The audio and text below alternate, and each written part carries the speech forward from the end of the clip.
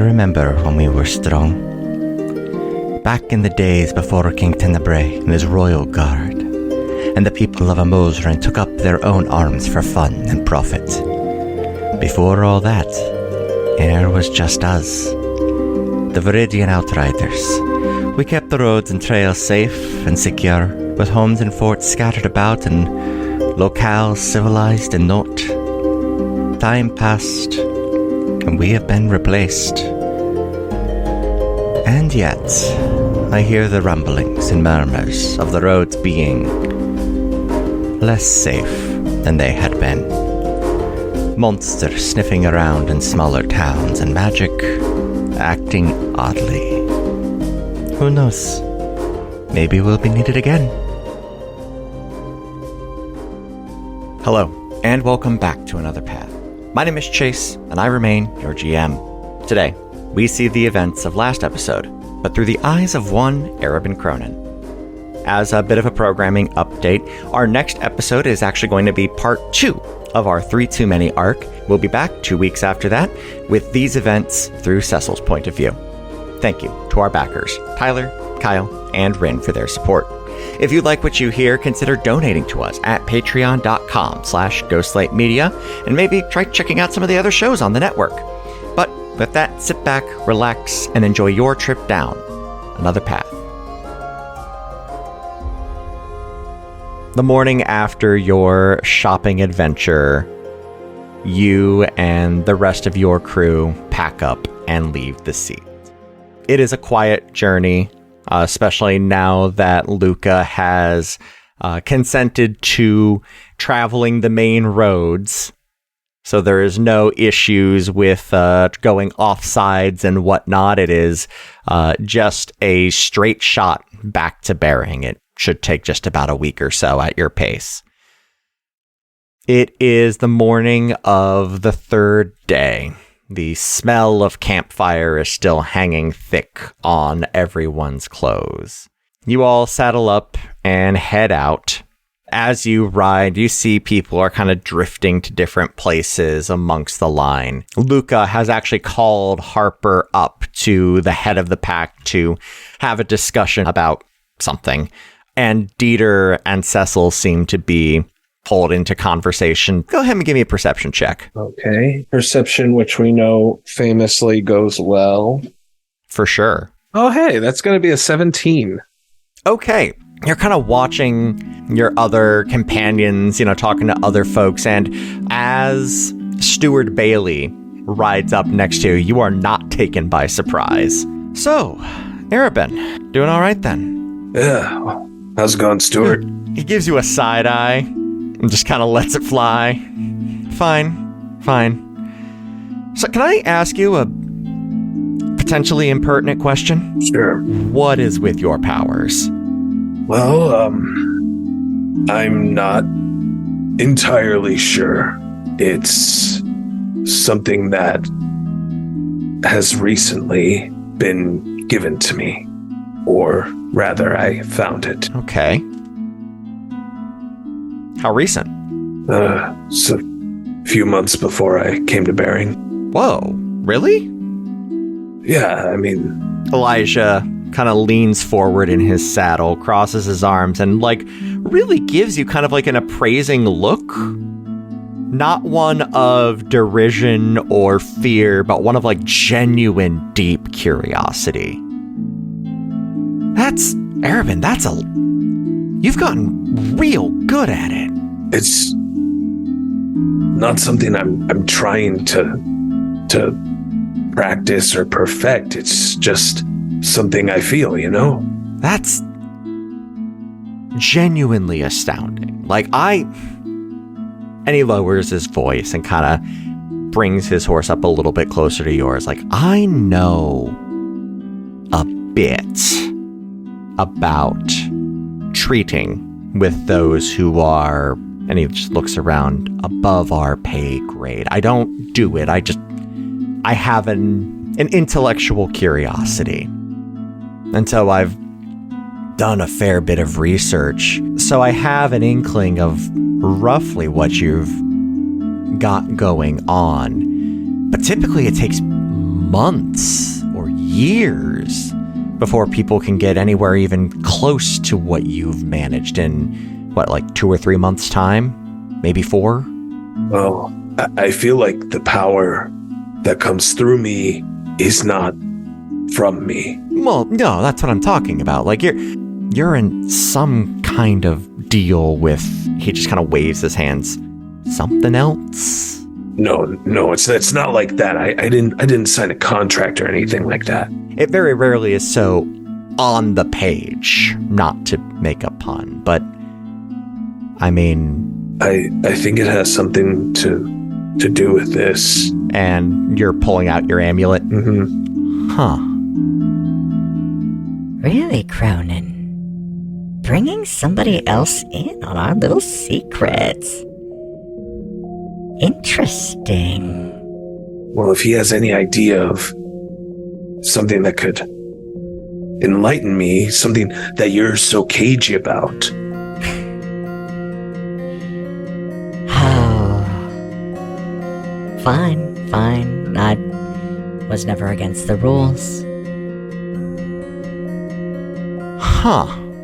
If you're ever looking for some more information on things, you can just reach out, let me know. Like, I would be happy to, hammer this out here. Yeah, I appreciate it. But I think I'm okay. Okay. Sure thing. Are you trying to actively deceive him? Elijah? Yeah. Sort of. I had my guard down, and then when the entity spoke to me, it scared him into not giving as much information as he was once willing to divulge. Sounds good. Go ahead and roll a deception check for me. It's a 26. Okay. Elijah kind of puts his hands up and is like, okay, absolutely. I'll let you keep your secrets, but, if it comes up, let me know. Roll me another perception check. 16. You smell it on the air just a moment before the party halts. Smoke. What you took as campfire smoke continuing to hang on everyone's clothes for hours and hours after breaking camp, you realize, no, there's smoke. And as the crew rounds a bend and you see the tree line break, a pillar of smoke shooting up into the sky. You hear Luca shout back, "That's Lutholm! Outriders, move!" On the word of the High Captain, the Outriders break into a practiced and paced run. You see Luca's face set in stone. With that 17, you can hear Luca say, "It's huge. Must have been burning for hours." You see Harper take off like a shot, just doing something to overclock Ignis's speed. Elijah rushes his horse forward and leaps, climbing over both Dieter and Cecil to get into the back of a cart so that he can rework what spells he has on hand. You see Katie ride up next to Cecil, reach out a hand, and Cecil takes the reins and hops up onto the same horse. And you all are rushing forward. Do you do anything in this moment as you are riding forth to prepare for whatever may be coming for you? With one hand, I summon the sword just to have it ready. Mm-hmm. And I try to keep up with the group and sort of look around to see if I can understand what's going on and what we're rushing towards. Mm-hmm. Make me a history check. It's a straight roll. That is a nat 1. Once again, Aroben knows nothing. You have never heard of Lutholm. Presumably it is some kind of town or village. You don't know if it's the adrenaline or you've just literally never been here, but nothing is coming to mind about this place. Yeah, so I just keep riding and keep pace with everybody. About half an hour later, you arrive at the base of the smoke. Loot Home was known to other people, not Aroben, but other people, to be a lovely city, known for just phenomenal instrument craft. Or at least it was. Burnt and destroyed buildings line rubble-strewn streets. The main drag, leading to what was once the town hall, now stands precariously a smoldering husk. Luca wheels around on his horse and shouts, "Stewards, look for survivors. Styles, take point. Knights, scout a perimeter. Take the unclassed with you, and I will keep point. Crafters, stabilize that town hall so we can use it as a base camp. Talk, you've got point. Bailey, go with them for coverage. Survivors are always priority. Clues second, property third. Move!" And everybody has their orders and begins to move. You see Harper, surprised at the sudden, push into a light command, rides forward on Ignis, covering the rubble with no issue. Cecil immediately grabs Katie and they start moving into town. You move towards the High Captain as he dismounts and he tosses the reins to Dieter. "Squire Gale, gather the horses, get them tied up. If there's an emergency, each saddle has a flare wand. Use only if there's an emergency. Seekers, take 3 each to scout north, east, and west. Cronin, you're with me. We're going south." What happened here? That's what we're going to find out. He's got a look in his eye. No check required.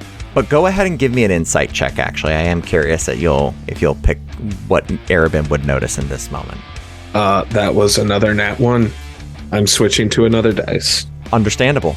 That was technically a 0, because that's a wisdom skill. You see, with a 0, even with a 0, you see that Luca has a dark look on his face. You have seen him angry before. You've never seen him scared. And that's what you can get with a 0, is that whatever is going on is under his skin. So I don't understand. What is this place? Was it a town or? It was Loot Home. Phenomenal little town. We would stop here from time to time back when we did more trips up. Skipped it last time. Just didn't fall in the right, with the rotation of whatever. I don't know why anyone would attack it, though. I mean, bandits go town to town all the time. Yeah, but they don't destroy. You can't re-loot a destroyed place. Yeah, but sometimes certain bandits will destroy places. It's true enough, but it's been a long time since those kinds of bandits operated on the King's Road.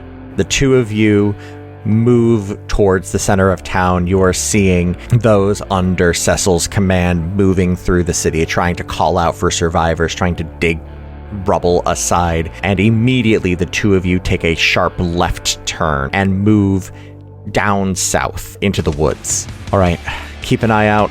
Any tracks, anything. Yeah. Go ahead and roll me a survival check. Incorporating a lot of different skills. Yeah. Okay, that is a 14. Okay, with a 14, finding the prince is not the problem.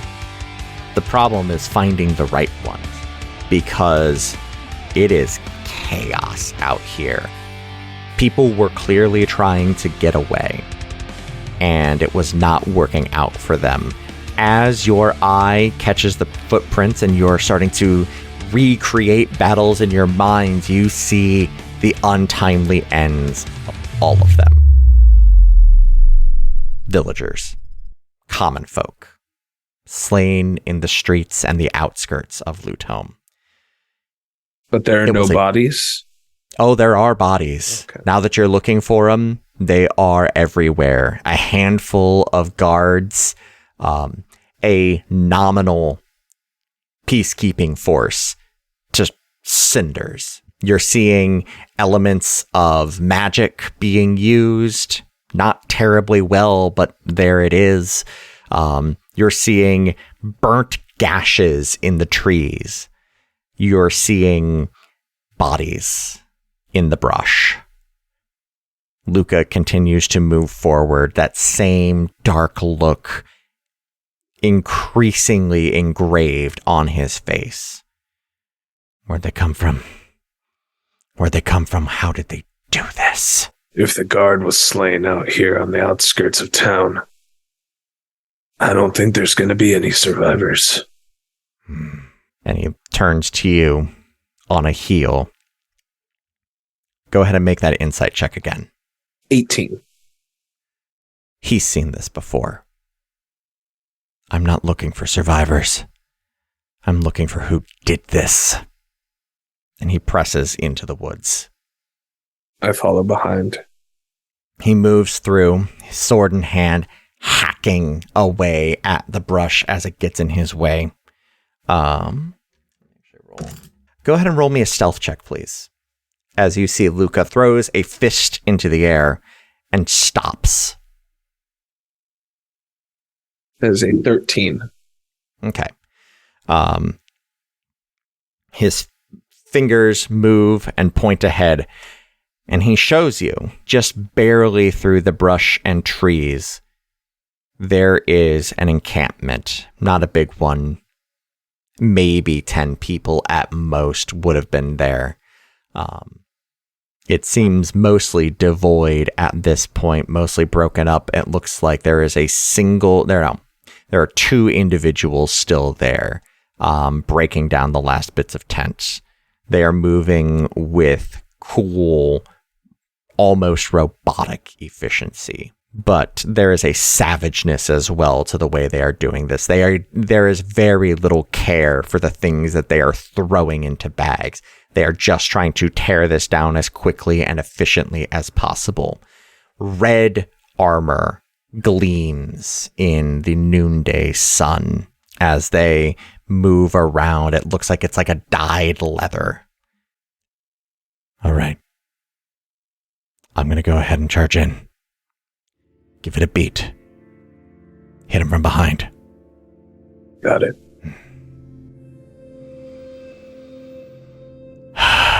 Eminence, preserve me. And he charges in, screaming, pulling their attention towards him. And he attacks. Hit and a miss. You see he cleaves into one with not the most expertly placed attack, but one that is certainly felt, as you see a slight gleam of white emanate from where he hit. What do you do? I wait a beat, like he said, and then I rush in around the side, trying to flank him. Okay. Go ahead and give me that stealth check one more time. There's 18. Okay. With an 18, you are able to see one is completely oblivious to you. The other wheels around. On that, my flat die rolls were a 15 and a 19. Mm-hmm. There is one that is staring you down, and it's the one that Luca missed. You see that charging out of the woods, momentarily even distracted Luca, and he takes a massive hit from the one that caught you as well before he charges over to try and do anything to you. But it is your turn. Is he coming towards me? He's getting ready to do so, but he is not on top of you yet. Okay. I'm going to use my Eldritch Blast against him. Sure. So that's going to be a 25 to hit.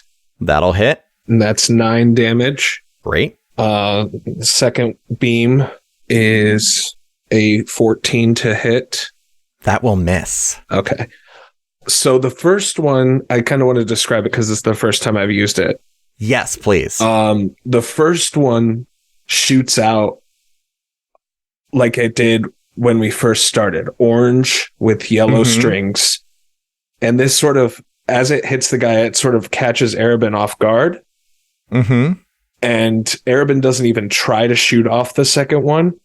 He just feels all of the wounds that were inflicted during the battle sear. Mm-hmm. And then a crimson beam with black ichor-like string shoots out and misses. Aroben was not expecting that to happen. No, clearly not. It is now the turn of the 2 rear guard. The first one is going to attack Luca. And just beef it. just 2-0. The second one, their best roll was a 15. Is that going to hit? No. The second one rushes towards you, having been wounded by you, but stops just short. Luca will attack the one on him and miss. This guy is moving with a superhuman speed. Absolutely. You have never seen a person move quite like this before, unless under the influence of an incredibly powerful spell. But that takes us back to you. All right. How far in front of me did that guy stop? About 5 feet within melee range. Okay. I'm going to hit him with my long sword. Hit him with it. So that is a 24 to hit. That'll hit. And that is 8 damage. Cool. And with Thirsting Blade, I'd use my second attack. Mm-hmm. And that is a 15.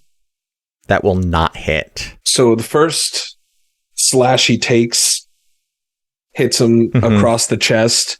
And then the second one, Aroben is still sort of shaken up. So he sort of loses his balance on his off foot.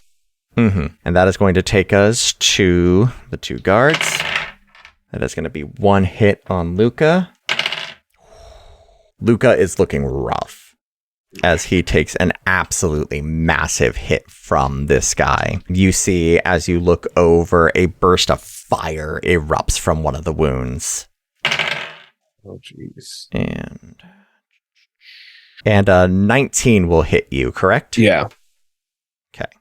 That is going to be 16 damage. 5 of it is fire. Okay. That is the other is slashing. Palpable hit.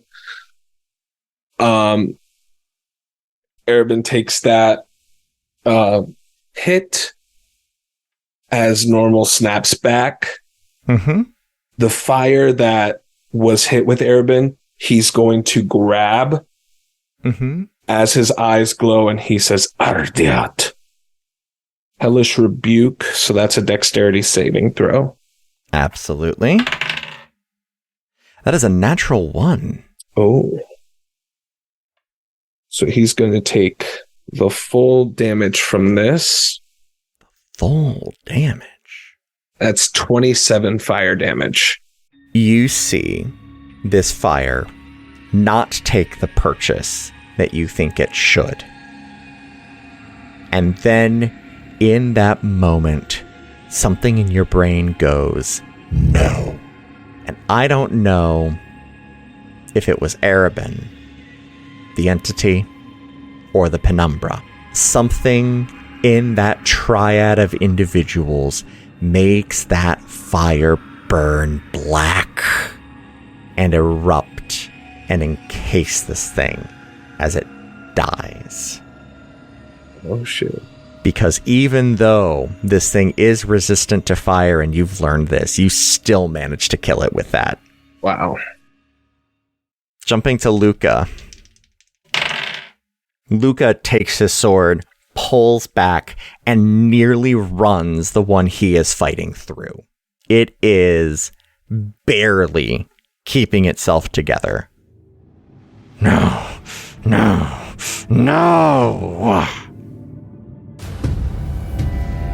It is your turn. All right, I'm going to do my warlock stuff and blast it. Yeah. So the first beam is a 25 to hit. Okay. What's your second beam? Second beam is another 25 to hit. Both hit. It has 2 HP left. Oh. How do you want to do this? Aroben is a little more prepared for what's going to happen the second time. So he just puts both hands out and sort of shoots them out in tandem. Feeling the searing from all of his wounds, he knows that the reason the second beam is red is from his blood. But he shoots them out, and in true edgelord fashion, he's aiming straight for the head, as he always does. The beams hit and explode his head. There is a moment where Luca sees the light leave this, what was at one point clearly a person, but was now something else, maybe even something less. But the light leaves its eyes all the same. And as the body crumples immediately in front of you, Luca looks at you. That darkness still there, but set in a way that feels more confident. Good shot. Thanks. Fuck me. Ow. Ah. Hold on. See, this is why I don't do field work anymore. Aroben takes some cloth and starts pushing it against his wounds. You're able to staunch the bleeding pretty well. You need to rest. I need to finish working. No, you need to rest. I know you want to figure out who did this. I know you have a job to do, but you are not going to die doing this. No, I'm not. Because I'm going back to town.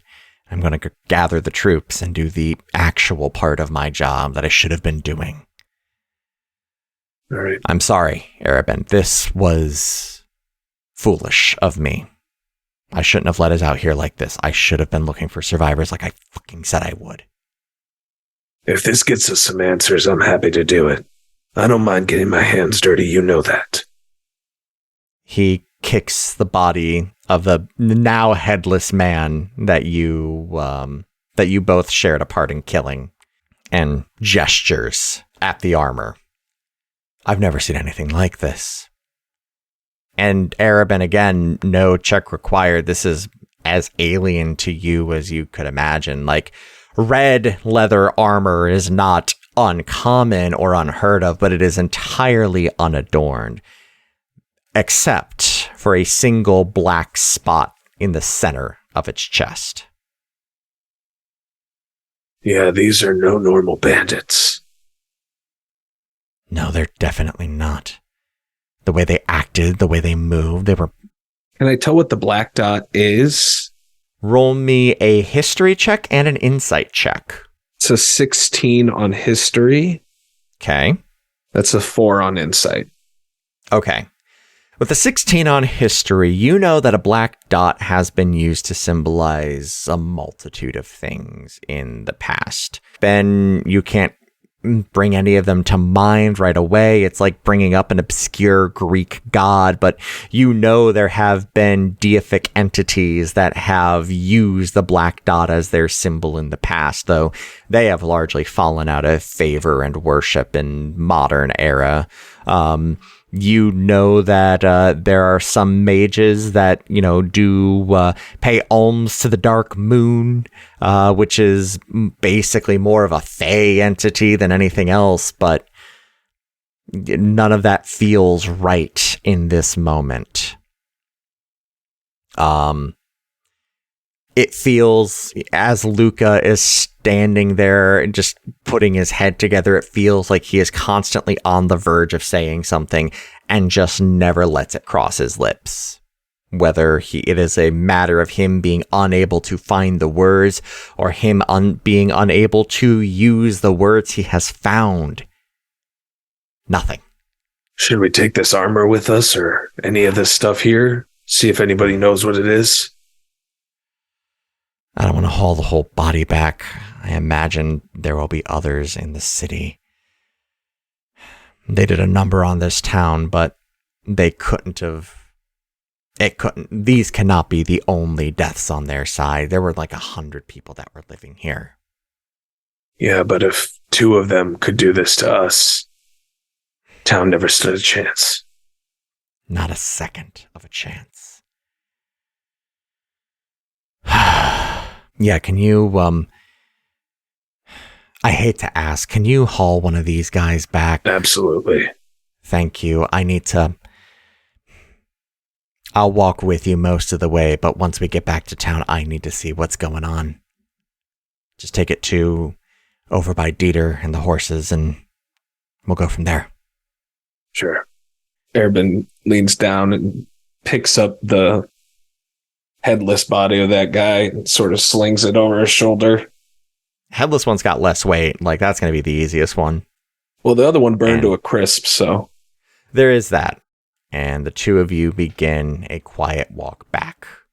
Upon returning to Loot Home, you see that there is some kind of a commotion going on closer to in one of the homes. You're hearing Cecil shout from one of the basements. It sounds like he has found possibly a survivor. Not the basement. Oh, he's already in the basement. No.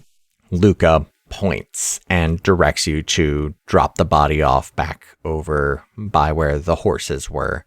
You don't know if they were able to stabilize the town hall to be a suitable base camp. It looks pretty burnt as it was even when you got there. But as you heft the body down, Dieter is having a time trying to keep these horses calm, but is doing it well enough. He looks over. What was that? What happened? Well, not exactly sure, but the people who did this, this guy was one of them. Oh, fuck, where's his head? He doesn't need it anymore. Yeah, you got a point. And I walk off towards where Cecil's voice was heard. You see, as you are walking over there, Harper emerge from the woods over by Town Hall, having another one of these individuals strapped to the back of Ignis. Thank you for joining us here on Another Path. You can find our website and merch store at anotherpathpodcast.com, on Twitter at anotherpathpod, and our network at ghostlightmedia.net. You can support our efforts by donating at patreon.com/ghostlightmedia or by giving us a rating and review over on Apple Podcasts or whatever podcatcher will let you. You can find me on Twitter at TQLoudly, Griffin at GriffCold, and Ryan at RyanRoll20. You can find Justin on TikTok at Justin Michael, and myself at TQ Loudly. We'll be back in 2 weeks with a new episode, and until then, remember to be sure to always have someone watching your six whenever you can.